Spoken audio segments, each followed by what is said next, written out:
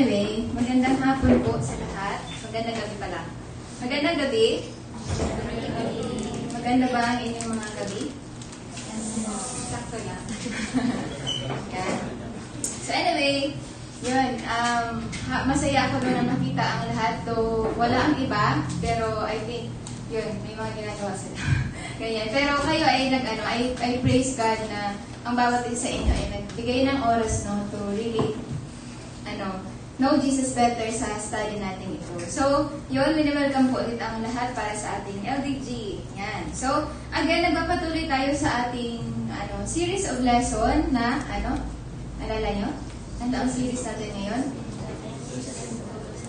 Yan, Jesus in the Old Testament. So, marami na tayong nakilala or nalaman ng mga types of Jesus, and natagalan tayo actually sa panahon na ang mga Israelites ay nasa wilderness, sa pamumuno ni Moses at ng kanyang kapatid na si Aaron. So last week, ano ba ang inyong naalala na share ni Ate Rina?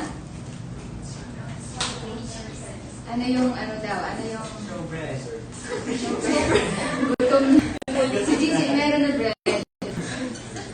Yan. So nakita natin yung bronze serpent as a picture or as a type of Jesus Christ. And nakita rin natin yung tabernacle.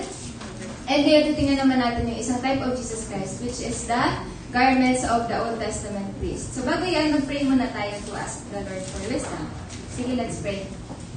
Panginoon, kami ay nagpapasalamat sa gabing ito. Thank you, Lord, for gathering us. Salamat po na kami tinipon ninyo upang magsama-sama na makinig ng inyong mga salita at matuto po talaga sa inyo. We know, Lord, that it is really your desire, Lord, na kami ay makita ninyo na kumikilala po sa inyo. And alam ko po na ikaw ay natutuwa, Lord, sa presensya ng bawat isa rito, Panginoon. And kami din po ay hopeful na sa gabing ito, you will really speak to us, Lord. You will reveal who you are to us. And dahil yun ka po, Panginoon, talagang gusto niyong ipakilala ang inyong sarili sa bawat sa amin. So may you fill us with your Holy Spirit, Lord, and talagang tulungan po kami na maunawaan ang inyong mga salita. Itago niyo rin po ako sa inyong likuran at nawa ikaw po ang talagang makita namin sa gabing ito. So thank you, Lord, for this night. In Jesus' name we pray. Amen. Okay. Sige, so just a review. Again, balikan natin yung bronze serpent. So ano yung naalala nyo? Ano ba yung picture nito? Naalala nyo ba yung ibig sabihin ng bronze? Ha? Tanso na. Ha? It's about judgment. And that serpent, sin. Hindi siya si Satan, no? But it's a picture of sin that kills. So, Jesus this bronze serpent as a type of Jesus, ibig sabihin, si Jesus ang nagdala ng ating mga kasalanan sa krus. So, Jesus who took our sin on the cross. So, that's the symbol or yun yung ibig sabihin kung bakit ang itong tanso na ahas ay type of Jesus Christ. And again, just a review para sa nakaraan about naman sa tabernacle or sa tabernacle. Anong naalala nyo? Meron tong ilang section or area. Sa ilan ito na-divide?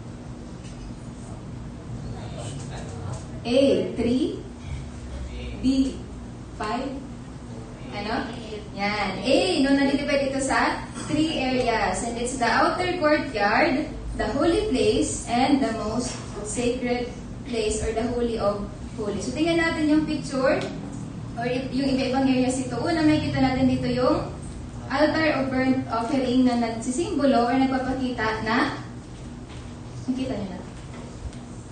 Sabi dyan, Jesus is the sacrifice for our sins. So, review lang po ito para masundan natin. Pangalawa, naalala nyo sa bronze, yung palanggana. Ano yun? Yeah, the washing and the cleansing. Yan. It's Jesus Christ, who washes and cleanses us. And after that, papasok na tayo sa pangalawang section, which is the holy place. Ano na ang andoon? Entrance. Yeah. Unang-una, it's the entrance na nagsisimbolo ng one way. Yan. One way. Jesus is the only way. It's it's showing na kailangan nating tanggapin. It's a picture of accepting Jesus Christ as our Lord and Savior. So it symbolizes entering into a personal relationship with God. So I pray and hope na ang lahat sa inyo dito ay nag-decide na to really receive Jesus Christ into our lives. Kasi yun yung pinaka-importanting desisyon na hindi lang natin maintindihan na, pinatawad pala ko na Jesus ng mga kasalanan ko. Ay, nilinis na pala ako. Ganyan. Ay, nagsakripisyo pala siya para sa akin. Ganyan. But after that, sana ang naging response natin is talagang maniwala, tanggapin si Jesus sa ating puso bilang ating Panginoon at tagapagligtas. Okay. So ngayon naman, papasok na tayo sa holy place at andoon ang the golden lampstand. So nagsisimbolo ng Jesus is the light. Yan, Jesus is our spiritual light. And pangalawa naman, yung gutom. Yan, the showbread, table of showbread. And nagsisimbolo as Jesus is our spiritual bread. He alone can satisfy us. Okay, and pangasunod, the altar of incense. Anong ito? Yeah, it's a picture of Jesus as our intercessor. Siya yung nag-intercede para sa atin. No? Hindi natin kayang mag-intercede, mag-mediate between us and God. It's Jesus Christ na gumawa noon para sa atin. And yun na yung kanta kanina. It's the veil, no? So, yung veil ay nagpapakita kung paanong it's really Jesus Christ death na nag-tore ng veil. Kung kaya, yung separation ng holy place and the Holy of Holies ay na-open, yan, dahil sa kamatayan ni Jesus Christ. So, it's a type of the body of Christ, and dahil doon, bukas na ang langit para sa atin, no? Dahil sa ginawa ni Jesus. Again, hindi dahil sa ating mga ginawa, kundi dahil sa kanyang ginawa para sa atin. And the last part, it's the most holy place. So, naalala niyo ba kung ilang beses lang pwedeng magpasok dito ang high priest? Yeah, once a year. Yan. So, amazing, no? Na isang beses lang sila pwedeng makapasok. Tapos, yan, nakita natin dito na dahil doon, dahil sa ginawa ni Jesus, tayo rin ay pwedeng nga makapasok sa kaharian ng Diyos sa langit. Na may Na may takot? Napaparusahan niya tayo or i-condemn? Hindi. No? But with confidence dahil sa ginawa ni Jesus para sa atin. So, ngayon, another type or symbol na makikita natin is, in the Old Testament, ay ang Old Testament priest.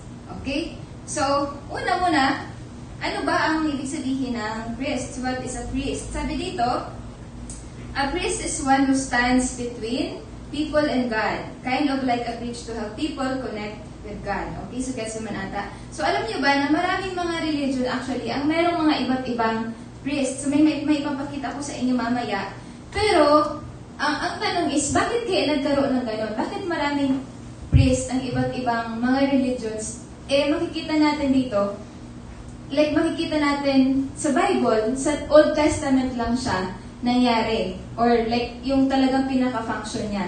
So, dahil yun sa kaisipan na akala nila, kailangan pa nila ng ibang tagapamagitan para makalapit sila kay Jesus. Ganyan. And, kumbaga, hindi nila iniisip ng iba. I mean, yun nga, that's the reality na hindi sila nakakalapit sa Diyos dahil sa kanilang mga kasalanan. Kung kaya, kailangan nila ng ibang tagapamagitan. So, may papakita ko sa inyo ng mga priest ng iba't ibang religions. Madali lang yan. Andyan yung Catholic priest, the imams for Islam. Hinduism naman, Pujari Pandit. Para pictureism yan.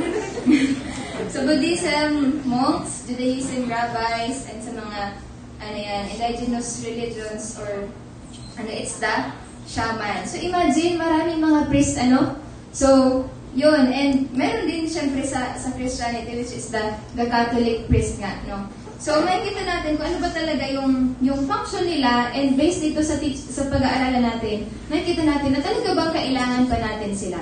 Yan. So, and alam natin, actually, na yun nga, ang tinuturo ng Biblia is, tayo ay pwede nang makalapit sa Diyos. Again, sa mga napag-aralan natin, dahil kanino? Dahil kay Jesus, di ba? Siya ang namatay sa krus para magbayad sa ating mga kasalanan. Siya ang nag-mediate. Kung baga, pwede na tayong makalapit sa Kanya, sa Diyos, dahil kay Jesus. Dahil siya ang nagbayad ng mga kasalanan natin. Gaya ng sinabi sa John 14:6. Pakibasa.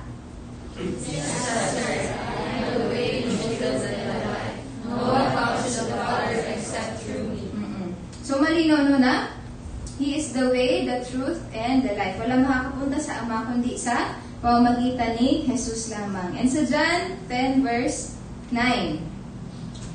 I am the gate. Whoever enters through me will be saved. They will come in and go out and find pasture. Okay, so sino nga ang nagsasabi dito? Jesus. Yan, si Jesus, at ang sinasabi niya sa kanyang sarili ay, siya ang gate. Di ba na whoever enters through Him will be saved. So is it an assurance na makakapasok or maliligtas or hindi? Yan, assurance, di ba? There is an assurance na if we enter through Jesus Christ, we will be saved. Again, walang duda, walang takot, walang pagdadalawang isip na si Jesus lamang ang may kakayanan na magligtas sa atin, at kung tinanggap natin siya sa ating buhay, tayo ay sigurado na ligtas. So just a question, sino ba sa inyo dito ang sigurado na ligtas? Or after the physical death ay alam natin na doon tayo sa presensya ng Diyos sa langit? Yan. So, sana tayo ay nag-decide talaga na tanggapin si Jesus sa ating mga puso dahil siya lamang. And dito sa study natin, mas makikilala pa talaga natin siya. So, yun. Again, in the Old Testament, God has ordained a high priest. Yan. But makikita natin dito na ganun, gaya ng mga napag-usapan last time, sila pa rin ay picture lamang ni Jesus. Okay? So, yun, makikita natin yun na sila ay isa sa mga pictures pa rin ni Jesus. And sabi dyan, God had ordained priests in the Old Testament who were critical for people to reach Him. Yet, like many others in Old Testament, they were a picture of Jesus Christ who would be our ultimate great high priest. Yan. And makikita natin na, again, hindi nga yun nagpatuloy yung gawain ng human priest dahil nung pumunta dito si Jesus at siya ay namatay at nabuhay na muli, ang role ng mga pari ay nag-stop. Yan. Dahil nga, na-accomplish na or na-fulfill na ni Jesus Christ ang pinaka-ultimate na gawain, which is to intercede and to mediate for us. But again, titignan natin ito for the sake na makita natin na ito talaga ay picture lamang, larawan lamang kung sino talaga si Jesus or kung ano talaga ang role ni Jesus para sa atin. So, tingnan natin ang isang klase ng priesthood na sinabi sa Old Testament, which is the Levitical priesthood. And meron din na isa, hindi natin makikita ngayon. So, yan ay basahin nyo nga. Melchizedek priesthood. Sabi dyan, ang Levitical priesthood is the main one for Israel, and ang isa naman, ang Melchizedek priesthood is the one who becomes visible in Genesis. So, hindi natin yan makikita ngayon. Maybe sa next na series of lesson or sa lesson natin. So, itong dalawa ay an amazing pictures of Jesus Christ. Ganyan. So, again, itong Levitical priesthood, ito ang pinaka-primary type of priesthood na makikita natin sa Old Testament that typifies Jesus. Okay? So, ito ang pinaka-main na Levitical priesthood. And bakit ito? Bakit ang Levitical priesthood? Sabi dyan, because all priests were from the tribe of Aaron, ito ay kapatid ni Moses, yan, at isang Levite. Kaya doon nagmula ang Levitical, Levite. Yan, mula sa lahi ni Aaron. So makikita natin yun sa Exodus 28 to 29. Sige, so basahin natin. Exodus 28 muna, 1 to 3. Verses 1 to 3. Have Aaron your brother brought to you from among the Israelites, along with his sons Nadab and Abihu, Eleazar and Ithamar, so they can serve me as priests. Make sacred garments for your brother Aaron to give him dignity and honor. Tell all the skilled workers to whom I have given wisdom, such as honors, that they are made garments for Aaron, for his consecration, so he may serve me as priest. Okay. So yun, makikita natin dito na Yan, si Aaron, siya ay kapatid ni Moses. Yan. Nakatatanda kapatid ni Moses. Siya ang pinakaunang high priest of Israel. So, sino ba sa inyo dito ang familiar kay Aaron? Si Aaron. Si Aaron ang non-priest. Yan. So, Aaron kapatid ni Moses po. Yan. Isa siyang key leader actually na nag-assist kay Moses sa pag-perform ng mga miracle signs sa harap ni Pharaoh. Kung naalala nyo, yung ginawang tubig, yung ginawang blood, yung river, di ba, yung mga salot, yung 10 plagues, yan, magkasama sila, si Aaron at si Moses. At siya rin ang, yun nga, nag-establish ng Levitical priesthood. So, meron tayo dito mga makikita about the purpose of this Levitical priesthood or ang priesthood na itinalaga ng Panginoon. So, una, sabi dyan, makikita natin na the priest was chosen by God and not by man. So, pwede ko pabasa ng verse? But only you and your sons may serve as priests in connection with everything at the altar and inside the curtain. I am giving you the service of the priesthood as a gift. Anyone else who comes near the sanctuary is to be put to death. Okay, so makikita natin na talagang ang mga Levites lang ang pwedeng mag-serve kay God as, like, yun nga, as priest. Kasi sabi dyan, anyone else who comes near the sanctuary is to be put to death. So makikita natin that they were chosen, no? Hindi lang kung sino yung trip na pumasok doon sa tabernacle, sila ang pwedeng mag-serve. Kundi talagang pinili sila ng Diyos. So, Jesus this priesthood as a picture of Jesus Christ, ganoon din si Jesus. Siya rin ay pinili ng Diyos, no? He was also chosen to stand between us and God the Father. Na siya rin ang mag-bridge sa atin, sa ating relationship sa Panginoon. Ganyan. At hindi rin siya pinili lang ng tao. Hindi siya pinili ni Mary and Joseph na, ay, sige nga, although Jesus, like, nabasa sa propesya na may, may Emmanuel or may Jesus nga aron kaya. Tapos, parang plinano lang din nila na si Jesus Christ magiging ito. Parang ganyan. So, hindi din tig-vote si Jesus Christ. Wala din nag-vote sa kanya na parang siya yung mamatay sa krus, no? Para sa atin or para sa mga tao, ganyan. So, Jesus was really chosen by God. Pinili siya ng Diyos para siya ang mamatay sa krus para sa atin. Kumbaga, it's really God's plan, no? It's really God's plan na i-save ang mga tao through Jesus Christ. Kasi nga, alam niya na hindi mo kayang iligtas ang sarili mo. Hindi kaya ni naman na iligtas ang kanyang sarili. So, that's one thing about the priesthood na sila ay pinili ng Diyos. Gaya ng kung paanong si Jesus rin ay pinili ng Diyos upang maging ating tagapagligtas. Gaya sa sinabi sa John 3:16, yan, sabi dyan, makabasa po. God so loved the world that He gave His one and only Son, that whoever believes in Him shall not perish but have eternal life. Yeah, so again, very clear na talagang He chosen or plinano niya. Like, it's part of His plan to save us ang pagbibigay ng kanyang kaisa-isang anak na si Jesus. Ganyan. And sa sunod na verse, Hebrews 5:4-5. No one takes his honor on himself, but he receives it when called by God, just as Aaron was. In the same way, Christ did not take on himself the glory of becoming a high priest. But God said to him, "You are my son, today I have become your father."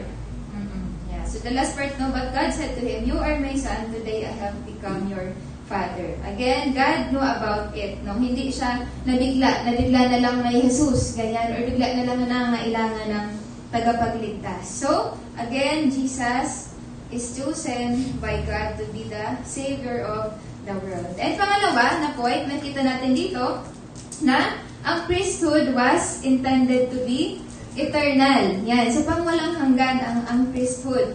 Ganyan. So, makikita natin ito dahil nga ang priesthood ni Jesus Christ should be eternal. No? Hindi lang, pang-konting, lang, parang season na lang, or may era lang ngayon sa pagiging priest ni Jesus Christ, or yung kanyang pagiging great high priest. Hindi. So, it's really eternal. Ganyan. So, makikita natin na, He is really, the way to God, no? And He will always be the way to God. siya rin yung naging bridge sa atin. Siya yung naging tagapamagitan noon. Ganyan. At hanggang ngayon at sa mga susunod na panahon, siya pa rin yung magiging priest. Siya pa rin yung magiging tagapamagitan. So, hindi yun magbabago. No? And it's really, again, eternal. Ganyan. So, makikita natin dito na kung ang intention ng Diyos is, eternal ang priesthood, makikita natin yun na hindi siya somehow sa mga Old Testament people. Like, di ba doon, okay, tingnan natin tuloy yung next slide. Sabi ito, but while in the Old Testament, there was more than one priest.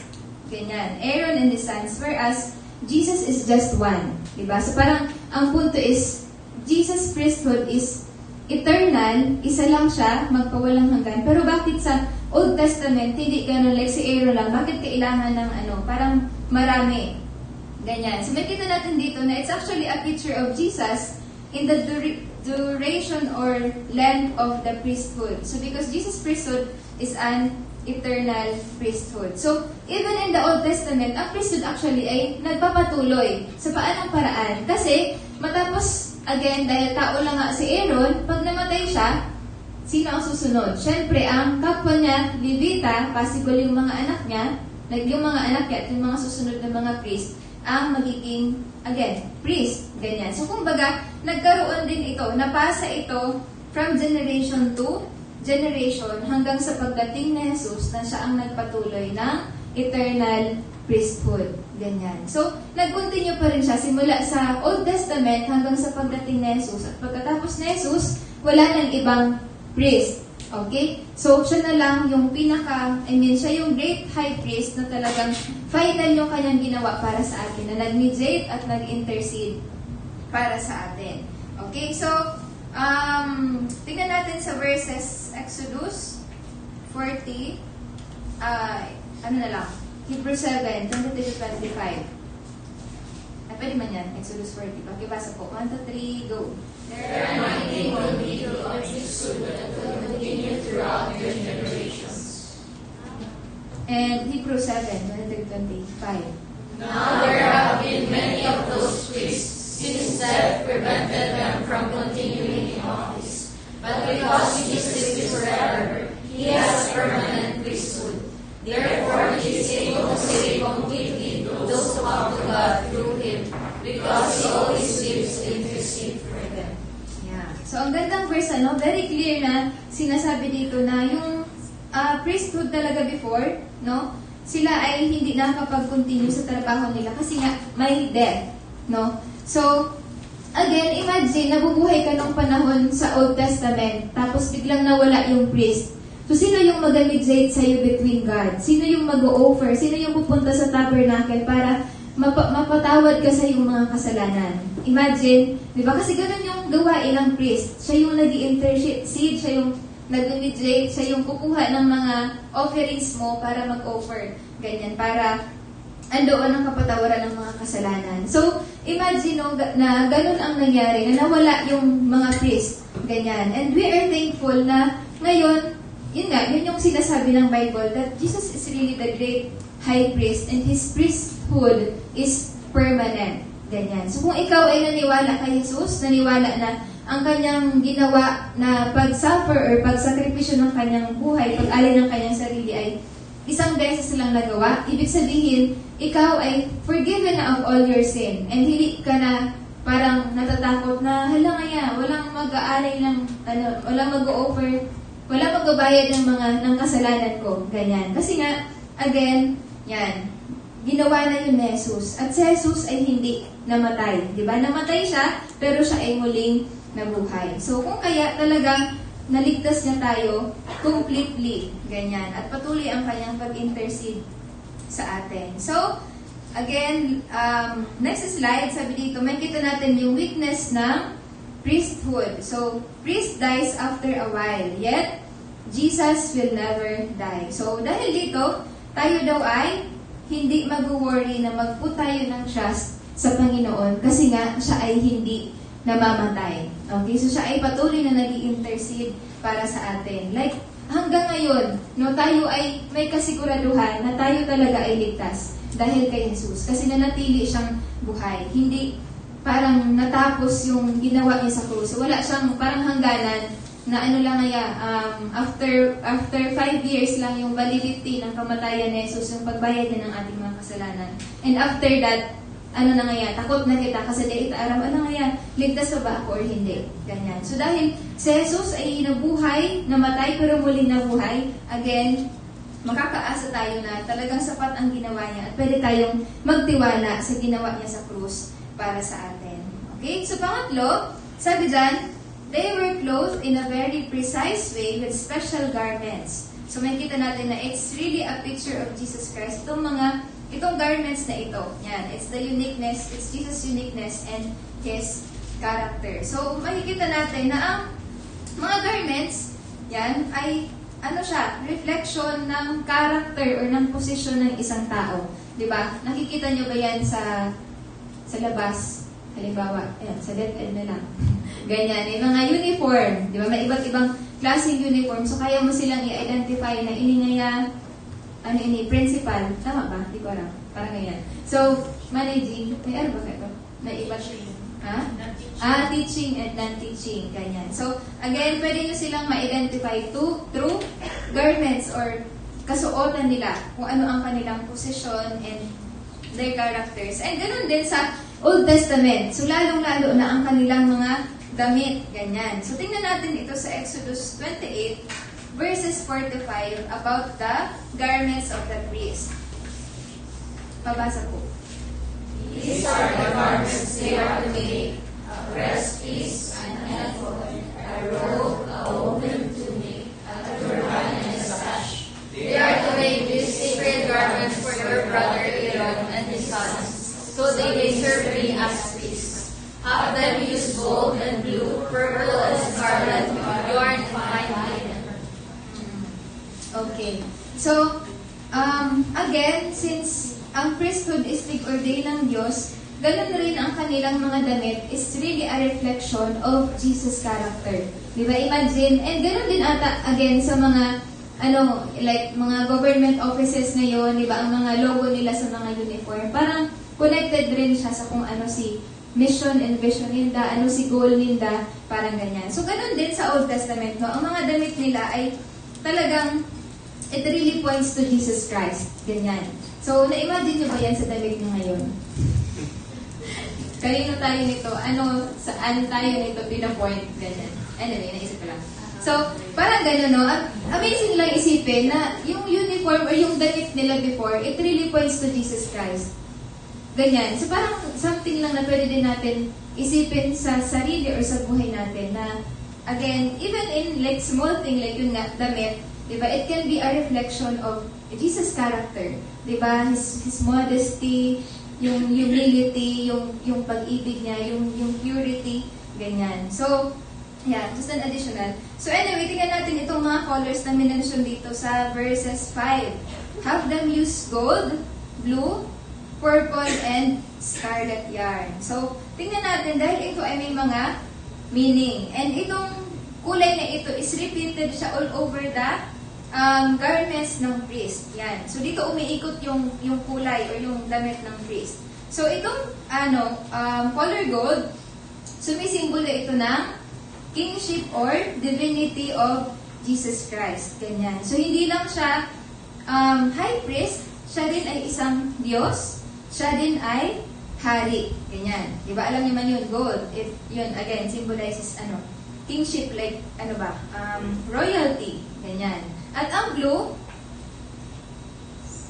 yan, sky or heaven. So, ibig sabihin daw, Jesus came from heaven. Okay? Again, hindi lang siya normal na tao, but siya ay Diyos mismo. Siya ay galing sa langit. At ang purple, it symbolizes royalty or kingship. Okay? So, Jesus is not just priest, but He is also the king. Ganyan. And, sunod naman, ay ang kulay na scarlet. Okay? So, it symbolizes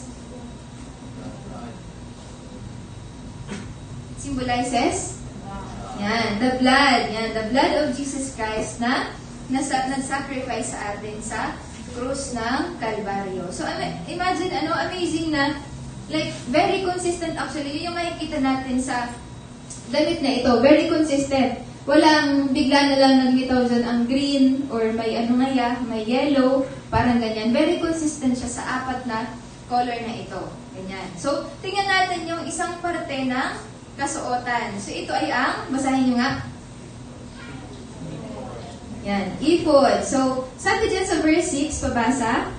Make the ephod of gold and of blue, purple, and scarlet yarn, and of fine twisted linen, the work of skilled hands. It is about to show their pieces attached to all its garments, so it is ready fastened. So, very detailed, talagang, ang amazing lang na ang Diyos is into details talaga. Like, may plan siya.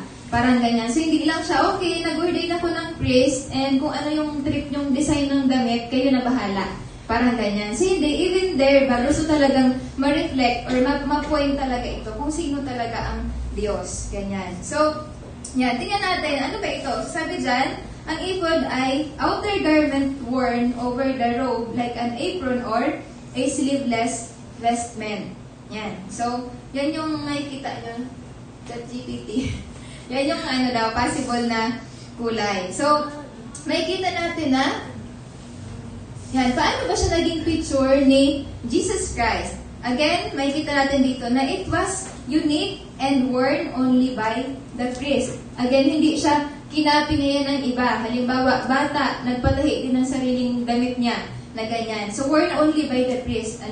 So, makikita natin dito na Jesus was unique and the only one who could mediate for us and bring us to God. So, yun yung pinapakita nito. It's a picture of Christ as the only one na kaya mag-mediate sa atin na makalapit sa Diyos. So, it's the, yun yung, parang simbolo ng ephod. Okay? And makikita natin ito sa 1 Timothy verses 2, chapter 2, verse 5. Pabasa po.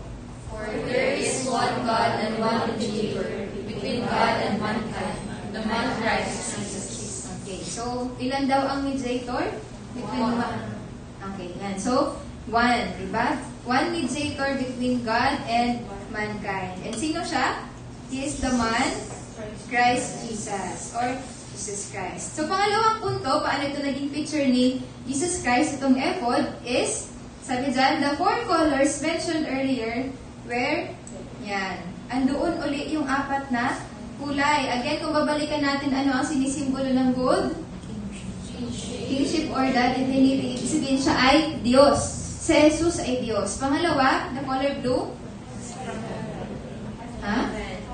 yan, sky or Jesus is from heaven. He came from heaven. And ang purple naman is the royalty of Jesus Christ. And the scarlet, the blood of Jesus or His sacrifice for us. Ganyan. So, yan yung pangalawang punto. And ang pang-apat, ay ang pangatlo, it's about the skillful work. Yan. So, a picture daw of how God's path of salvation for us, yan, to bring us into relationship with the Father. Ganyan. So, di ba doon sa unang verse na nakita nyo about ephod, diba, malinaw na again, may plan, may detalye, and grabe so skill na kailangan para sa bagay na ito. Para mag-work or, useful ang garment na ito.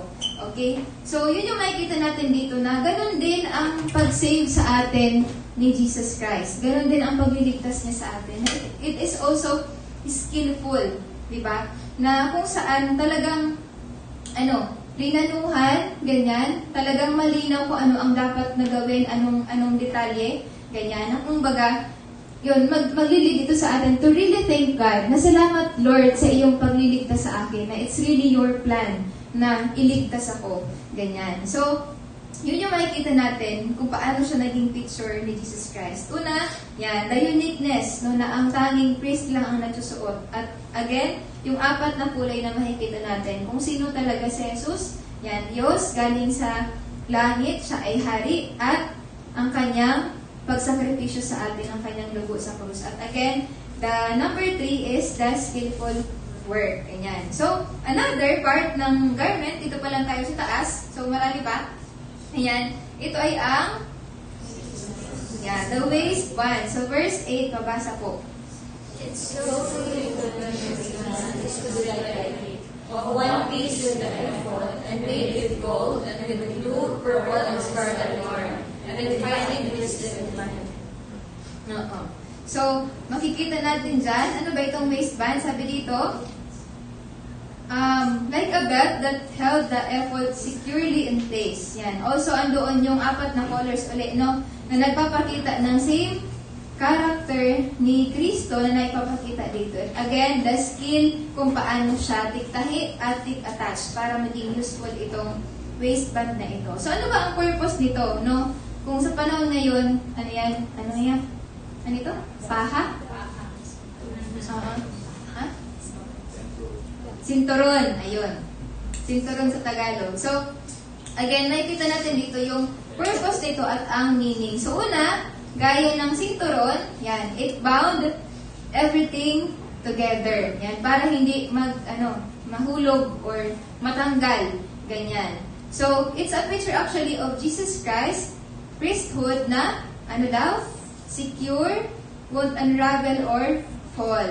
Yan, it is complete, unified, and dependable. Again, hindi tayo, may pundasyon, no? Parang sigurado tayo na hindi magbabago or hindi maiiba na, ano kaya, di na kaya ako sure sa salvation ko, ganyan, dahil, baka hindi sigurado, parang ganyan. So, may kita natin dito na yung waistband, yung sinturon na yun na ginagamit nila is nagpapakita na ang kaligtasan na binigay sa pamamagitan ng buhay ni Jesus is talagang sigurado, ganyan. So, ano man ang emotion natin, ano man ang mangyari sa mundo, mag-World War III man, arag yan, very secure and very sure, very complete itong salvation na ito through the death of Jesus Christ. Ganyan. So, ito sarong bagay na pinakasigurado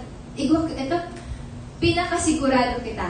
No? Na hindi man sigurado ang mga bagay sa mundo ito, di mo man sigurado kung makapasa ka. Sorry. Diba, di man sigurado ang mga bagay-bagay, nagkakapasa ka. Anyway, so again, no one knows the future ba. Pero ito ang pwede tayo maging sure, no, sa bagay na ito, na talagang sigurado ang kaligtasan na ginawa ni Jesus ang kanyang pag-mediate at pag-intercede sa atin. So, hindi ito mapuputol, hindi mababali, or hindi matatanggal. Just like yung waistband, no. And again, number 2, nagpapakita ito ng readiness to serve. Ganyan. So, imagine, no, kapag hindi, walang, sinturon or waistband, imagine yung priest na hindi secure yung mga bagay sa loob niya. Diba? Makakapaglingkod kaya siya ng maayos. Baka nagaganyan. May kapot ngayang lampstand or kung ano man, offering, may manok, ganyan. So, again, pwedeng mas ma-delay siya sa mga gawain dahil hindi secure yung damit niya. Kaya may malfunction niya sa damit niya. Ganyan. So, kumbaga, dito sa waistband, makikita natin yung readiness to serve. And ganun din si Jesus Christ sa atin. No? It's really a picture of Jesus Christ who is also active in our lives. He is also ready na kumilos sa ating buhay. Mangusap sa atin, ganyan, nagpatawad, sabi dyan, always ready to forgive, always ready to lead, always ready to use our lives for His glory. Ganyan. So, ganun si Jesus sa ating mga buhay, na talagang lagi siyang on the move. Ganyan. Siya ay, gusto talagang kumilos sa ating mga buhay. Ganyan. So, let's really see Jesus Christ as someone na very active. Hindi siya yung Diyos na kilala natin na hindi makapagsalita, hindi mo alam kung nakikita ka, kung mangungusap sa'yo or makikinig sa'yo. Ganyan. So, siya talaga ang Diyos na laging, handang kumilos sa inyong mga buhay. So, nararanasan niyo ba ang pag-work ni Jesus Christ sa buhay mo?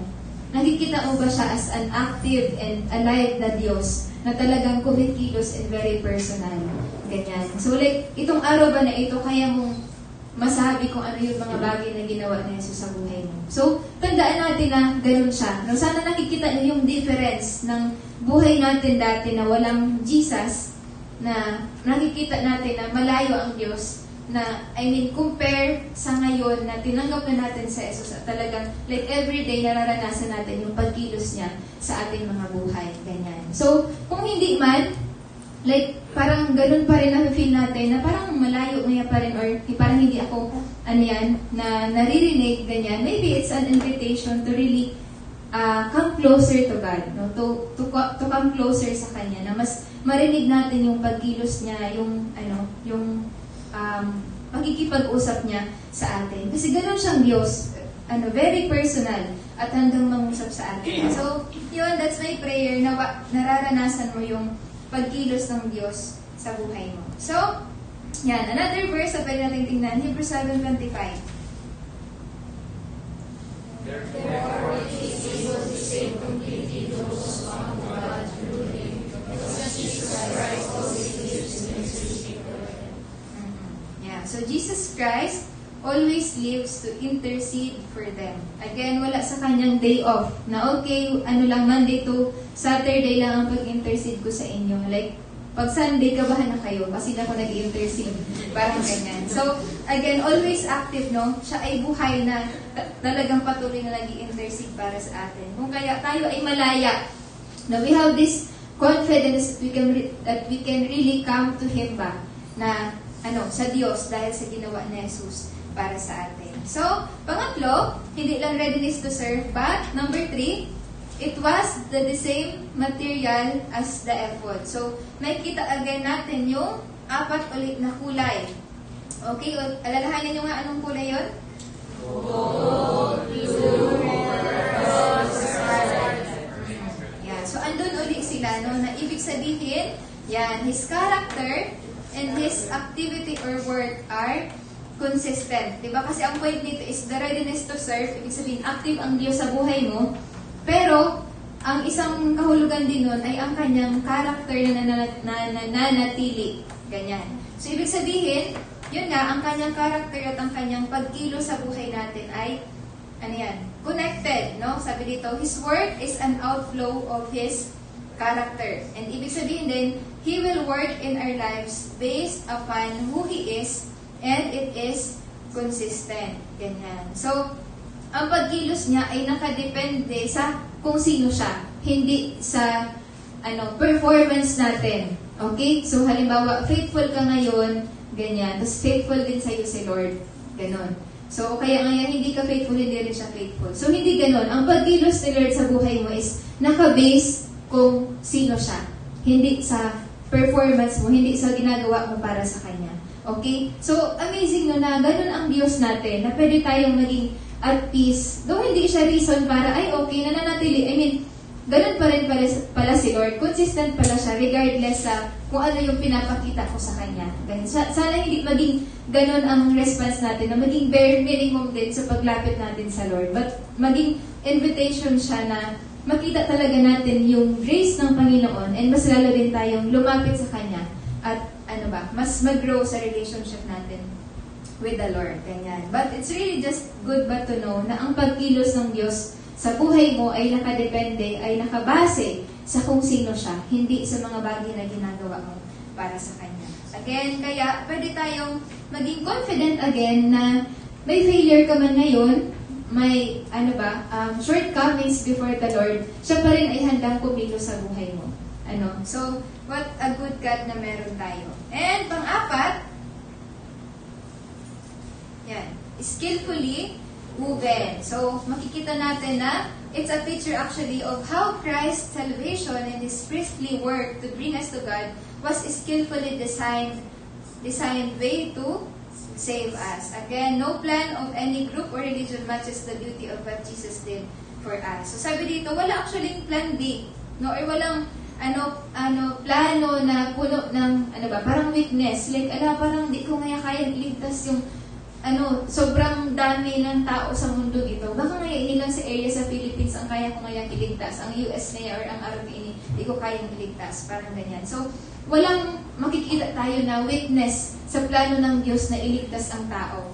Ganyan. It was skillfully woven or planned ba ng Panginoon. Walang plan B. No, it is always the plan talaga na mailigtas tayo. Ganyan. So, yung kanyang kamatayan sa krus, no? na nagbayad sa ating mga kasalanan, yung muling pagkabuhay niya, at yung pagbigay niya sa atin ng buhay na walang hanggan, and even then yung Holy Spirit na tinanggap natin sa Jesus is really a beautiful and a skillful plan na meron ang Diyos para sa atin. So, again, amazing no, na talagang ang Diyos ay plano niya na iligtas ka, iligtas tayo. Like, talagang maganda itong plano niya para sa atin. Okay, so, last point dito sa waistband, ganyan, its purpose and meaning is number 5, it reflects other qualities of Christ. So, makikita natin ito sa Isaiah 11, verses 5. Pwede po pabasa.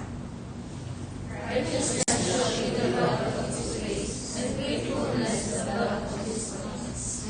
So, both uses the belt, no? So, again, ibang character ang makikita natin dito, which is the righteousness and his faithfulness. Ganyan. So, yan. Makulay ang waistband at iba-ibang character ang pinapakita nito kung sino talaga ang Diyos para sa atin. His righteousness and his faithfulness in our lives. Ganyan. And the second or third part of the garments is the onyx stones. Pwede po pabasa sa Exodus 28 verses 9 to 14. Take 2 onyx stones and engrave on them the names of the sons of Israel. In order, 6 names on one stone and the remaining 6 on the other. Engrave the names of the sons of Israel on the 2 stones, the way a gem cutter engraves a seal. Then mount the stones in gold with May sunod pa po, verse 12. and fasten them on the shoulder pieces of the ephod, as one of the stones of Israel. Aaron is to bear the names on the shoulders as a memorial before the Lord. Make gold with these settings, and 2 great chains of pure gold, like a rope, and attach the chains to the settings. Okay, so, buhay pa? Or antok na? Naboring na ka mo. Anyway, let's take this as, the Word of God, no? Kung tiga-aralin ko rin siya, ha? Wala lang. Oo, pero syempre, when we remember na it's God's Word, no?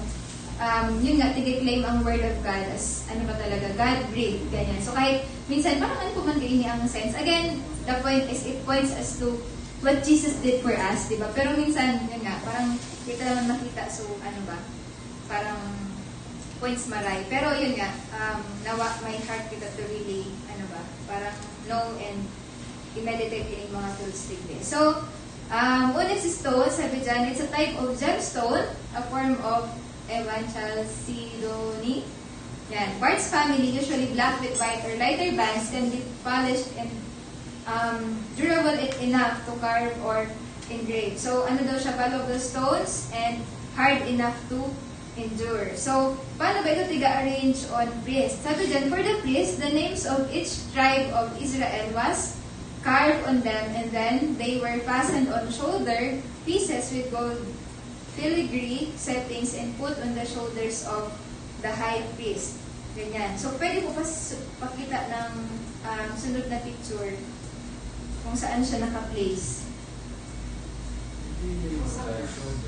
Yan. Okay, so malinaw mo natin dyan. Salamat sa GPT. So, andyan siya nakalagay. Ganyan. So, ano ba ang sinisimbolo niyan? Ano ang, paano natin dito makikita ang picture ni Jesus Christ? So, tingnan muna natin yung meaning. Sabi dyan, number 1, carried on shoulders. Diba kung nabasa natin doon sa verse na ilalagay siya dito and then, dyan din sa picture, andito siya nakalagay. So, carried on shoulders. So, makikita natin dito na it's actually a picture of Jesus Christ kung paano niya rin tayong kinikerry. Ganyan. Dinadala ba?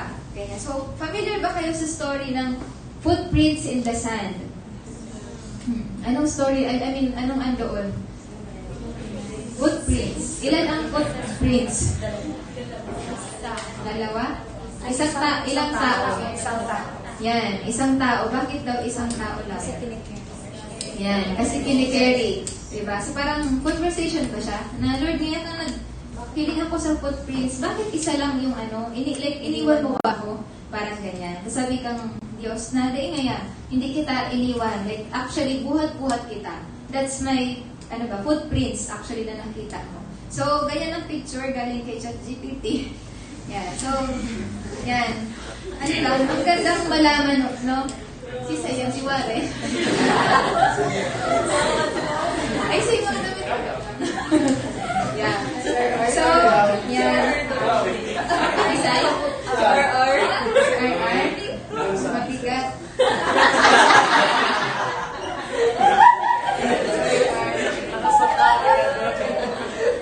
Pero yan, God is able to carry you. Walang mabigat kay Jesus. So, RR pa yan. kahit RR pa yan. Okay. So, yun, it's a picture, no, kung paano ang Diyos or sa Jesus ay dinadala din, binibit-bit rin tayo, no?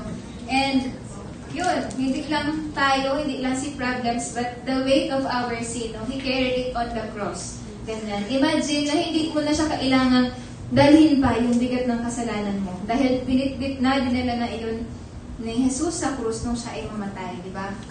Ayun, 2 Peter 2:24, di ba? He himself bore our sins in His body on the cross so that we may die to sins and live for righteousness. So by His wounds, we have been healed. Ganyan. So amazing, no? Na ito palang onyx stone is a picture of how Jesus Christ is carrying us. No? Kaya hanggang ngayon tayo ay sustained. Di ba? Andito tayo, ganyan, and pwede tayong umasa na sa mga susunod na araw, He will still carry us through. Okay? And again, pangalawa, hindi lang niya tayo carry or a picture of carrying us, but the onyx stones is securely fastened. Ganyan, di ba? Nakadikit, like hindi siya matatanggal, kundi talaga nilikha yung rope na yun or yung onyx stones dito na talaga nakafasten siya na secure. Ganyan. And it's, again, a picture kung paanong, tayo rin ay hawak-hawak ni Jesus. Again, no? And hindi niya tayo kinakalimutan. Sabi dyan, Jesus does not forget us. We are firmly in His hands. Ganyan. So, makikita din natin dito na He carries us when we cannot walk ourselves. So, parang it's the same with carrying and yung being fastened na point na talagang hinahawakan niya tayo. Kung kaya makikita natin ngayon na nagpapatuloy tayo sa relasyon natin kay Jesus. No? Na tayo ay nagpapatuloy na mabuhay. And it's because of how Jesus Christ is securely holding us and carrying us. Ganyan. So, yan. Salamat kay God. Salamat kay Jesus na siya yung matyaga na humahawak sa atin. Ganyan. Na hindi tayo mag-fall or mawala sa kanyang mga kamay. And pangatlo is the names on the stones. So, yan. Makikita natin dito na sabi dyan, it shows that He carries His people by name. Okay? So, we are known by Him and fastened on His shoulders. Ganyan. So, alam niyo ba yon na He knows you by name? Alam niya ang pangalang Leofe? Si Pam, di ba? Alam niya ang lahat ng nangyari sa kanyang buhay at siya pa rin ay patuloy na humahawak sa buhay ni Pam. Ganyan. And He is holding us ng may pag-ibig, ng may kagustuhan na ilid tayo sa tamang daan. Hindi parang hinawakan tayo para bitawan, parang ganyan. Kundi talagang ganun ka-faithful ang Diyos para sa atin. Nakilala niya tayo at tayo ay handa niyang parang hawakan ba? Ganyan. Dalhin. Ganun. Para sa pinakamagandang plano na meron siya para sa atin. So, that's one thing na uuwi tayo ngayong gabi na alam natin that Jesus Christ knows us by our name. Okay? Hindi niya tayo kinikilala ng dahil sa ating mga kasalanan. Ay, kilala ko ngayon yan si Helen na ganito dahil niya siya ay masamang tao. Parang ganyan. So, kilala niya tayo by our name. Ganyan. And yung pangalan natin ay nakadikit sa kung sino siya, yung pag-ibig niya, kung paano niya tayo nilikha, diba? Na He has good plans for us. He created us fearfully and wonderfully. Ganyan. And number 4, hindi lang doon about sa stones or yung names natin na nakadikit sa Kanya, but number 4, carried us as a memorial before the Lord. Sa verse 12, sabi diyan, it's a picture of how Jesus continually brings us into the presence of the Father. Okay? Picture of how Jesus intercedes for us before the Father. Ganyan. So, ganun pa rin, again, a picture ng, ginawa ni Jesus para sa atin na tayo ay maidala sa presensya ng Diyos. Malaya na makapasok sa presensya ng Diyos. Na walang alinlangan ba, hindi nagdududa dahil sa nagkasala nga tayo, ganyan. Kundi malaya natin yung gawin anytime and anywhere. Ganyan, di ba? Kahit saan pwede tayong lumapit sa presensya ng Diyos, manalangin, ganun. And alam natin na ang Diyos ay magre-respond, hindi dahil mabuti tayo, kundi dahil mabuti si Jesus na namatay sa cross para sa ating mga kasalanan. Okay? So, again, ang kanyang pagliligtas sa atin ay kompleto. So, basahin ulit natin itong Hebrews 7 verse 25. Therefore, he is able to save completely those who come from God through him, because Jesus Christ always receives the intercession for them. Okay, so the word there is, he is able to save completely those who come to God through him. Ganyan. So again, very secure ang ating salvation and ang paglapit natin sa Diyos. Hindi niya tayo tatawagin or titingnan sa ating mga kasalanan, kundi sa pagpapatawad na binigay ng Diyos dahil sa kamatayan ni Jesus sa krus. Okay? So, sabi dyan, sometimes the Christian life seems hard. Okay? But remember that we don't have to do it alone. Jesus is carrying us through it all. So, He gives us the guidance we need. He gives us the inspiration. He draws us close to the Father. So, ganun ang ating Diyos, no? Na mahirap ang buhay, hindi sigurado ang, grades, ganyan. But we have to remember, no, na hindi natin siya dapat i-face ng mag-isa, no? Kasama natin si Jesus na humahawak at nag-carry sa atin, ganyan. Handa magbigay ng kanyang pangunguna, guidance, yan, inspiration at ang ating paglapit sa Ama. And the last, or second to the last is mounted in gold filigree setting. So, anong ibig sabihin nito? Sabi dyan, it shows for us how High Priest Jesus connects us to God the Father. Not just occasionally, but continually. So, we are mounted there. Ganyan. So, hindi na, again, mawawala, no? Like, securely, gaya nung nauna, securely fastened, like, mounted. Ganyan. So, may strong tayong connection sa Diyos dahil sa ginawa ni Jesus. Ganyan. At hindi siya mawawala, hindi tayo matatanggal sa Kanya. Ganyan. So, again, a good picture ng ating relasyon sa Diyos. And the last part, it is all the work of the engraver, not of the stones. Ganyan. So, again, hindi, yung security ng stones ay hindi dahil malakas yung kapit ng stone, di ba? Kundi dahil sa nag-engrave noon na talagang grabe so quality na hindi siya agad-agad, hindi siya matatanggal. Parang ganyan. So, ganun din, it's a picture na, again, ginawa ni Jesus sa krus para sa atin. Sabi dyan, how the work of attaching us onto the shoulders of Christ for secure salvation is not really our work, but rather Christ's work. So, makakaasa tayo na may matibay ang kondisyon natin. Hindi dahil tayo yung malakas kumapit sa Diyos, kung hindi, matibay yung ginawa ni Jesus na paraan ng pagliligtas sa atin at sapat iyon. Sigurado iyon. Okay? So, again, nakabase siya sa ginawa ni Jesus. Hindi sa kung gaano kalakas ang kapit natin. Again, may responsibility tayo. May part tayo to continue in our faith. But again, makikita natin that salvation is really, Christ's work alone. No? Hindi gawa natin. Ganyan. Hindi kung sino man, ganyan. Kundi talagang gawain na Jesus. Okay? So, pang-apat na part, it's the breastplate. Okay? So, picture. Yan. So, yan ang breastplate. Magsusot ba kayo ng ganyan? Pwedeng pang DLC. Joke lang. Okay. So, breastplate. Pwede mo babasa. Exodus 28:15 to 21. Fashion of breastplates for making decisions, the work of skilled hands. Make it like an ephod, of gold and of blue, purple, and scarlet yarn, and of finely twisted linen. It is to be wear as fine along as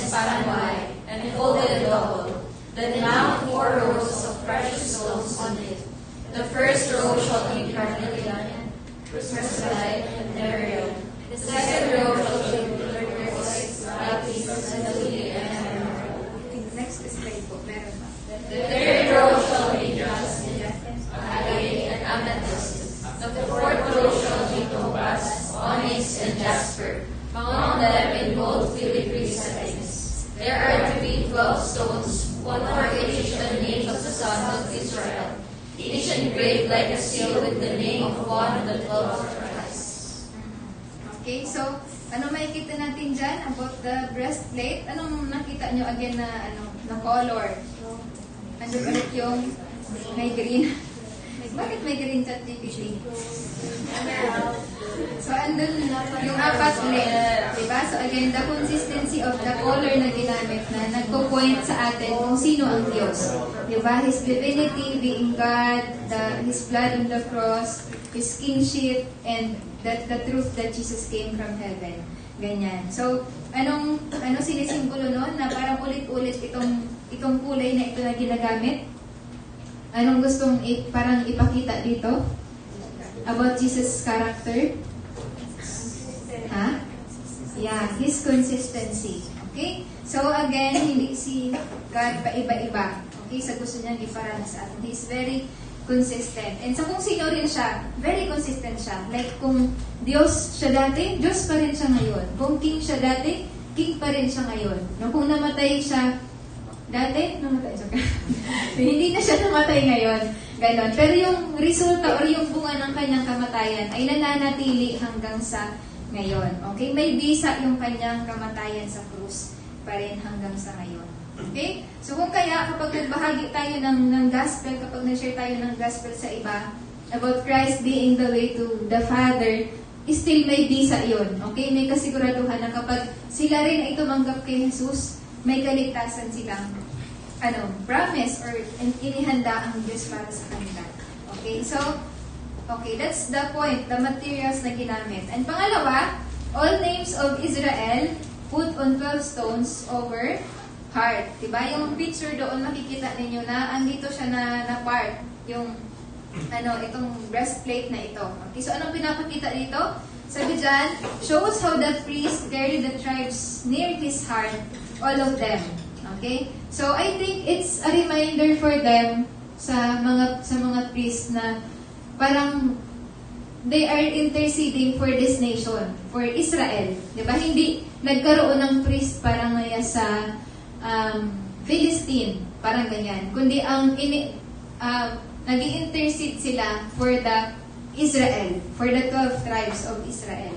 Ganyan. So, ano rin ang pwede nitong maipakita sa atin tungkol kay Jesus? Sabi dyan, it shows how Jesus carries us near His heart. So, each of us. Okay, kanina nakita natin na Jesus carries us, di ba?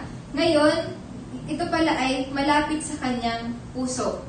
Okay? So, amazing na ganun sa Jesus, again, nagpapakita ng pag-ibig sa atin. Okay? So, hindi nga siya dito ngayon sa may tigabit-bit na kita malapit sa may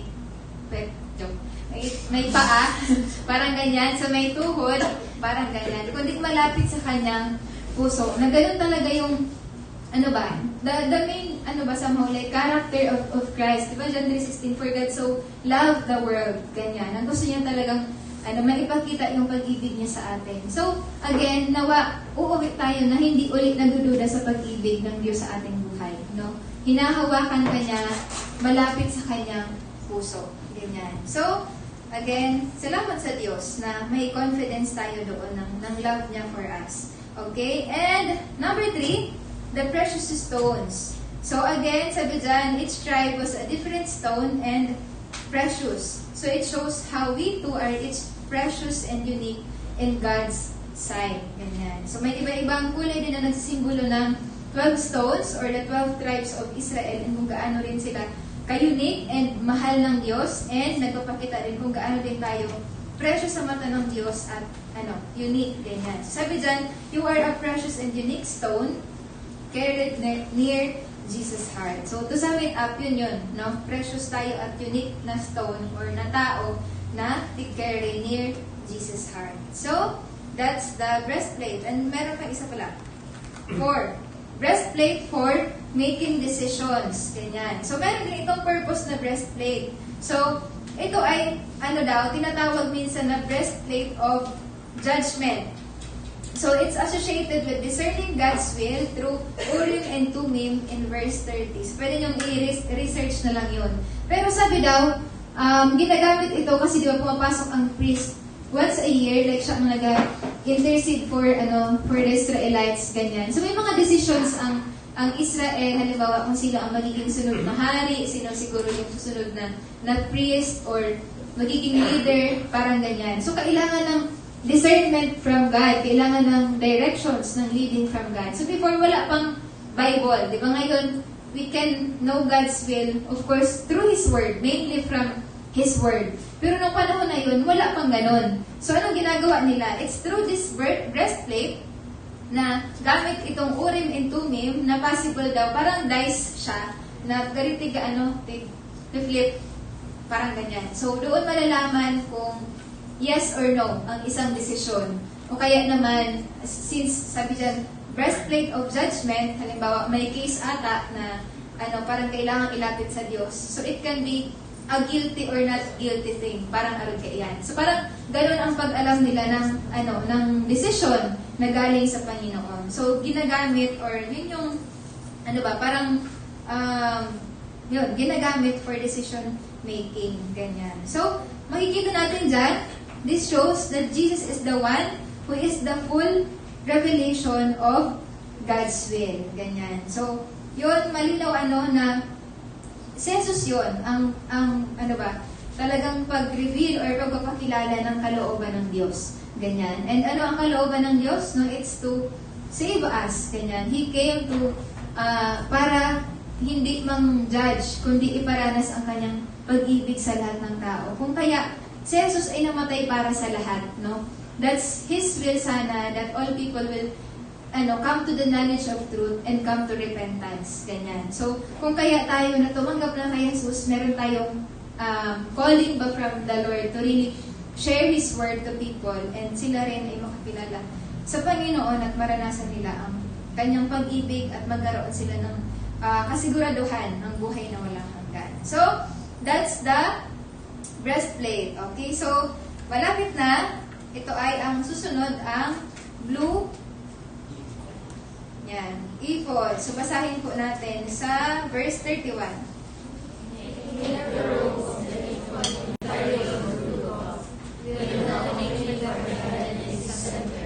There shall be a woman and she shall collar around his openings so that it will not tear.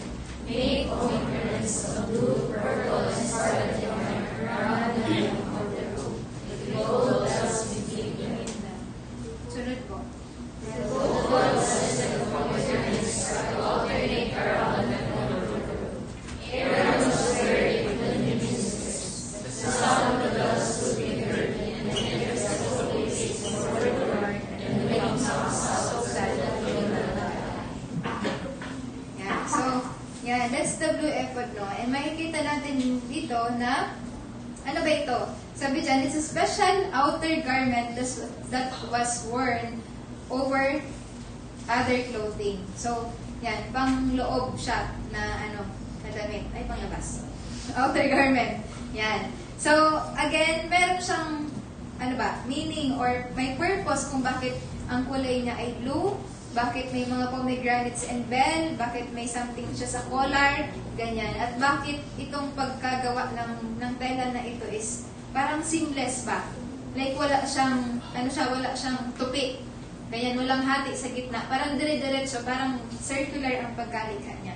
So, may kita natin yan. Sabi dyan, about the design is blue cloth, opening for the head, woven edge like a collar around this opening and should not tear. Ganyan. So, anong ibig sabihin nito? Bakit merong ginamit ang kulay blue? So, again, ano nga yung kulay blue kung naalala nyo? Ano ang sinisimbolo? Heaven. Heaven. Diba? Or, again, that Jesus came from heaven. Ang sabi dyan yan, color of heaven or divinity. So, it's about the authority of the priesthood is from heaven. And a type of Jesus Christ na siya ang high priest natin and also siya ay galing sa langit. Again, hindi lang imbento yung priesthood, hindi lang din imbento si Jesucristo. Okay? Galing sila sa langit. So, ano ang meaning nito? And pangalawa, makikita natin din na ang kanyang design ay seamless. Or it is crafted as a single piece. Parang ganon. Ganyan. Like wala, di ba yung mga normal na damit, like ganito, may cut siya sa gitna, dito, parang ganyan. Pero ito ay seamless, like diretso lang siya. So, yan. Parang ganyan. Okay. So, ibig sabihin, yan, no division or different parts sewn together. So, ibig sabihin daw, Jesus is unified and complete. His character is complete, His role is complete, and His work is complete. Amazing, ano? Kahit sa, pagkalikha ng damit, merong rason kung bakit ganun. And it really points again to Jesus Christ. Diba? So, may rason. Parang naisip ko siya, same with logo. Sino sa inyo gumagawa ng logo? Si Delight. Ay, si Rafi.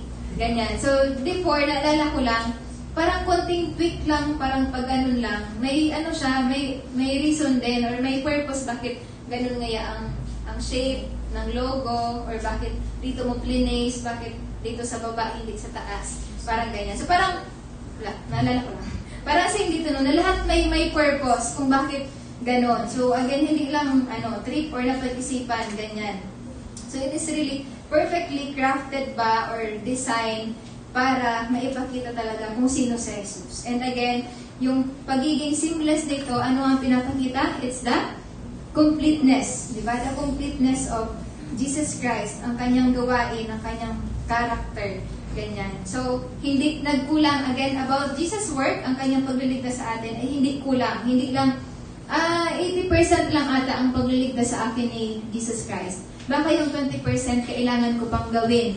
Ganyan. Baka kailangan ko pang mag-join sa isang religion. Baka kailangan ko pang mag-pray ng ganito karaming prayers. Or baka kailangan ko pang ngayang i-memorize ang buong, ganitong panalangin. Parang ganyan. So, makikita natin na just like the blue ephod, His work is complete. Hindi natin siya kailangang tulungan para tayo ay maligtas. Diyos siya, kung kaya ang kanyang pagliligtas ay complete. Again, hindi natin kayang matulungan sa Jesus sa pagliligtas sa atin. It's really all His work. Ganyan. So, pwede natin yung alalahanin, through that damit. Okay? And number 3, woven edge like a collar so that it will not tear. So, ano naman ang pinapakita nito? It shows the stability of the role of the priest. Again, it points to the stability naman of our high priest na si Jesucristo. Again, hindi siya on and off. Yan. Diba? Ang priest is committed sila sa work nila. Ganyan. Like, walang day off siguro. Parang ganyan. So, ganun din si Jesus sa buhay natin. Yung pagkilos niya, pag-hold niya ng mga bagay sa mundo nito at personally sa buhay natin. He is very stable. Hindi siya nagbabago-bago. Hindi siya like nag-a-absent. Like again, Monday to Friday lang sa Jesus sa buhay mo. Ang Sunday niya, bahala ka na. Ganyan. So, sa loob ka na lang ng bahay kasi hindi kita kailangan protektahan. Parang ganyan. So, yan, very stable ang kanyang pagkilos. Ganyan. And, sunod, it's about the pomegranates and the bells. So, may susunod dyan na picture. Ano kaya sinisimbolo naman ito? Pomegranates and bells. So, bells are worn by the priest when entering the Holy of Holies. Diba? Again, ilang beses lang pumapasok ang priest? Okay, yan. So, once a year. And, may bell for the purpose na, diba ang pagpasok is, nakakatakot daw ang pagpasok ng priest kasi depende nga din sa gawain nila. Possible, like hindi na-please ang Diyos. So, offering, may hidden sin niya sa priest, ganyan. So, pagpasok niya doon sa, like, Holy of Holies, which is yung simbolo talaga ng presensya ng Diyos, ganyan, pwede siyang mamatay kapag hindi nag-behave well or hindi maayos yung offerings, parang ganyan. So, nakakatakot siya in a way, ganyan. So, sabi dito, ang pagtunog ng bell is pagpapakita na ang priest ay buhay pa sa loob. Like, hindi siya namatay, hindi siya tinupok ng apoy. Parang ganyan. Kung kaya, may may bells. Okay? So, amazing, no? Na kahit pala yun, kahit yung laylayan na lang, meron pang, ginawan pa nila ng something na useful talaga sa role ng priest. So, makikita natin dito na it's a picture of Jesus Christ actually na namatay sa krus, pero siya ay nanatiling buhay pagkatapos ng 3 araw. So, amazing na kung ang priest ay may chance na mamatay, may pwedeng mamatay, ganyan, kapag pumasok siya sa Holy of Holies, si Jesus Christ naman ay hindi. Siya ay mananatiling buhay. So, that's the symbol of it, no? Na nagpo-point talaga kung sino si Jesus Christ. And about the pomegranates naman, yan, it's often a symbol of, ang fruit na pomegranates, a symbol of fruitfulness and fullness of life in the Old Testament. Diba, hindi nilagay ang grape, ganyan, hindi niya nilagay ang, mangga, fig na prutas, but bakit pomegranate? So again, may purpose, no? Again, a symbol of fruitfulness and fullness. Maybe because itong ngayon, because of pomegranate, so may So red, may mga bilog-bilog sa shampoo. Sa shampoo ko ito nahiling. Ganyan. So, yun, in the same way, sabi dyan, Jesus is the source of fruitfulness and life for us. Okay? So, yun yung gustong sabihin nun sa atin through the pomegranates na si Jesus ang pinaka-source ng fruitfulness or pagiging, fruitful, mabunga, ganyan. Okay? At ng buhay mismo. So, aware man tayo, alam natin yung verse sa John 10:10. Sabi dyan, I have come that they may have life and have it to the full. So, yun yung, si Jesus, pumunta siya rito para tayo ay magkaroon ng buhay na full, ganap, at abundant, kasaya-saya, di ba? Full and abundant life. So, amazing na, yun talaga yung intention ni Jesus Christ for you, di ba? To experience the full and fruitful life. Ganyan. To experience the abundant life. Ganyan. At matatagpuan lang natin ito kay Jesus, di ba? Yun yung sinisimbolo ng pomegranates dito. And ganoon talaga si Jesus sa ating buhay, di ba? Just like yung 7 I ams, yung, bread, di ba? Jesus as the bread, siya ang mag-satisfy lang sa atin. Walang iba, And even sa salvation, siya lang ang nagpuno sa atin. Walang ibang kayang magligtas sa atin. So, yun, very important to know, no, na, si Jesus talaga ang kailangan natin sa ating buhay. Siya ang nagbibigay ng totoong buhay at buhay na ganap. So, bilisan na natin. Anyway, yan, that's the, parang, to sum it up, sabi dyan, our high priest is a source of eternal life. And bilang simbolo ng bell, and siya rin ang source of abundant life. Simbolo naman ng pomegranate. So, dito na tayo sa last part, which is the turban, tunic, and undergarment. So, basahin nyo nga po. Mabilis lang. Make a plate of pure gold and engrave on it as a seal, holy to the Lord. Fasten a cord carefully attach it to the turban. It is to be on the front of the turban. It will be on Aaron's forehead, and he will wear the belt involved in the sacred gifts that Israelites consecrate. Whatever their gifts may be, it will be on Aaron's forehead, continually, so that they will be acceptable to the Lord. Make the tunic of fine linen and make the turban fine and white. The sash is to be the work of the Lord. Make tunics, sashes, and caps for Aaron's sons to give them dignity and honor. After you put these clothes on your brother Aaron and his sons, anoint and redeem them. Consecrate them so they may serve me as priests. Make linen undergarments as a covering of the body, reaching from the waist to the thigh.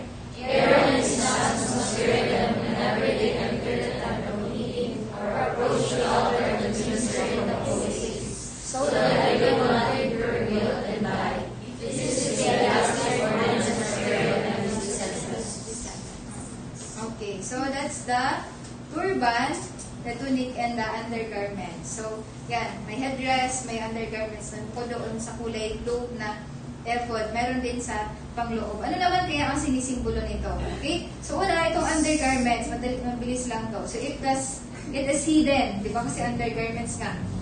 But they were important to not incur guilt and die. So it is clearly important to God, their holiness to the very most hidden part of the priest. So yun yung pinopoint dito, na kagaya ng undergarments, panloob lang, hindi masyadong nakikita, ganun din na ang Diyos ay mahalaga rin sa Kanya yung mga bagay na, nakatago, and gusto pa rin ng Diyos na, like, banal tayo sa mga areas na yun, na hindi nakikita ng mga tao. Like, mga bagay na, ang nakakakita lang ay tanging ang Diyos. Ganyan. So sabi dito actually, ang linen in the Bible is almost always a symbol of righteousness and purity. Imagine, even sa paggamit ng tela na ginamit, talagang may simbolo siya. Righteousness and purity. Ganyan. So, yun yung sinisimbolo noon na kung paano mahalaga sa Diyos ang holiness, even the most hidden part of the priest, and even then to the most hidden part of our lives. Ganyan. So, He desires holiness. So, that's the question for us, na kumusta tayo sa mga bagay na tayo lang mag-isa? Ganyan. So, are we still living in righteousness? Ganyan? In purity, in holiness? Or, like, malaya na gumawa ng kasalanan? So, that's the desire of God, gaya ng desire niya sa mga priest. Na He wants them to live a holy lives, even sa pinaka-most hidden part or times nila. And pangalawa is the tunic and the turban. So it was an almost completed hidden portion of the garment, made of fine linen, again, symbolizing holiness and purity. Same lang, kung yung undergarments ito na part, ito naman na tunic dito sa may taas, to cover their body. Okay, again, same lang ulit, symbolizing holiness and purity. So turban naman, sabi dyan, it's made of fine linen again, just like the tunic and the undergarment, worn on the head of high priest. Okay? Had an attached gold plate on which was engraved, Holy to the Lord. So, a blue cord also attached to it. So, wala dyan sa picture, na blue cord. So, ano naman ang point nito? So, makikita natin na it is both to reflect holiness, since lahat sila ay fine linen ang ginamit, no? Again, yun yung sinisimbolo noon, na purity and holiness. But the difference is, ano mapansin yung difference? Yung dalawa is pangloob, hindi nakikita. Pero yung turban is, since headdress, yan, visible siya. So, sabi dyan, it means that the priest was to have a consistent character. In the same way, we are to be holy in the spirit, or heart, or soul, in body. Ganyan. So, hindi lang, like, okay ka ngaya on the inside, ikaw lang, pero kapag may ibang mga tao ngayon, hindi. O kaya naman, vice versa. Okay ka on, like, kapag nakikita ka ng mga tao, pero kapag ikaw na lang, ay hindi na. Parang ganyan. Or it can be yung mga, natin, iniisip, ganyan, our hearts, our motives, ganyan. Kumusta ba yun? Like, okay naman yung mga ginagawa ng kamay natin, pero how about our hearts, our motives, our thought life, ganyan. Like, ba siya? Marumi ba siya? Ganyan, hindi ba malinis? Ganyan, hindi ba pleasing sa Lord? So, yun yung sinisimbolo nun, na panglabas or pangloob man, nawa ito ay maging, holy and pleasing sa Panginoon. So, amazing na ganun ang tinuturo ito sa atin. It's really to show yung desire ng Panginoon for us, to really live a holy life. Ganyan. So, overall meaning, sabi dyan, this makes it clear about what God desires of His people, and particularly His servants, that we reflect holiness to Him in every aspect of our character and being. So again, that's God's desire for us to live a holy lives, okay? And we reflect Him to Him and Him to others. Ganyan, ang pagiging banal ng Panginoon. And again, a type of Jesus Christ, na siya ang Jesus was truly the one who was holy both inwardly and outwardly. Again, hindi nagkasala si Jesus. Ganyan. So, yun, talagang able siya to save us dahil perfect siya. Hindi siya nagkasala. So, yun yung pinapakita noon sa atin. No? So, this shows the complete holiness of Jesus through the priesthood of Aaron. So, magandang makita ito no, na talagang pinapakita nito ng kabanalan, yung pagiging kompleto ni Jesus na siya talaga ay may kakayanan na iligtas tayo sa ating mga kasalanan. Because He is perfect, ganyan. His work is complete. At nakita natin ito sa Levitical priesthood. Okay? So, that's it. And last verse pala, 1 Peter chapter 1, verses 15 to 16. But blessed you who hold these mysteries, to be holy in all you do. For it is written, Be holy, because I am holy. Whoever claims to believe in Him must believe as Jesus Christ did.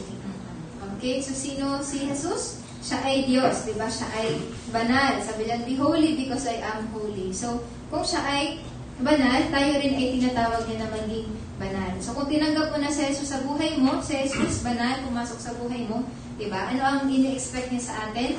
Na maipakita rin natin ang kabanalan ni Jesus. So, yan. I think, yun yung gusto niyang ituro sa atin ngayong gabi na mamuhay ng kagaya niya. No? Na siya ay banal, tayo rin ay tinatawag niya na maging banal. So, yun. That's it. Okay, so let's pray. Lord, we thank you for tonight. Thank you for really showing us, Lord, who you are in the Old Testament garments ng mga priest, Lord. Amazing na kahit damit lang ito, talagang nagsisimbolo ito ng kung sino ka, Panginoon. Salamat na you are very intentional in revealing who you are to us, God. Na ginagamit nyo kahit itong mga bagay na ito para talaga maalala ka namin, makita namin kung ang karakter ninyo, and thank you rin po na ikaw ay very consistent with your character, God, at kung sino ka po sa aming mga buhay. Na hindi po kami dapat magduda na pwedeng magbago ka sa pagkilos nyo sa amin, Panginoon. Kundi pwede kaming maging confident ng kung paano ka naging matapat, kung gaano ka nagpakita ng pag-ibig, ng katapatan sa amin sa mga nakaraang taon ng aming buhay. And even like in the Old Testament times and New Testament times, ay magiging matapat at mabuti ka rin po sa amin na yun. And even sa mga darating na araw ng aming mga buhay. So thank you, Lord. Thank you for telling us tonight that you are holy and that you really desires for us, Lord, to be holy as well. And we're asking for forgiveness, Lord, for the times na kami ay hindi namuhay ng nararapat sa inyong mga mata, na kami ay nagkasala laban sa inyo. Manalangin po namin ang inyong forgiveness, ang inyong cleansing sa aming mga buhay. And after this, Lord, tulungan niyo kami ng mamuhay ng naayon po sa inyo, Panginoon. Fill us with your Holy Spirit, help us to walk by the Spirit, God, and ikaw po talaga yung patuloy na maranasan namin at ikaw ay ma-please sa aming buhay ng pamumuhay ng righteous, Panginoon. So thank you, Lord. Alam po namin na hindi namin ito kaya and we really need you in our lives, God. So thank you po. Ito ang aking panalangin sa pangalan po ni Jesus. Amen. Salamat.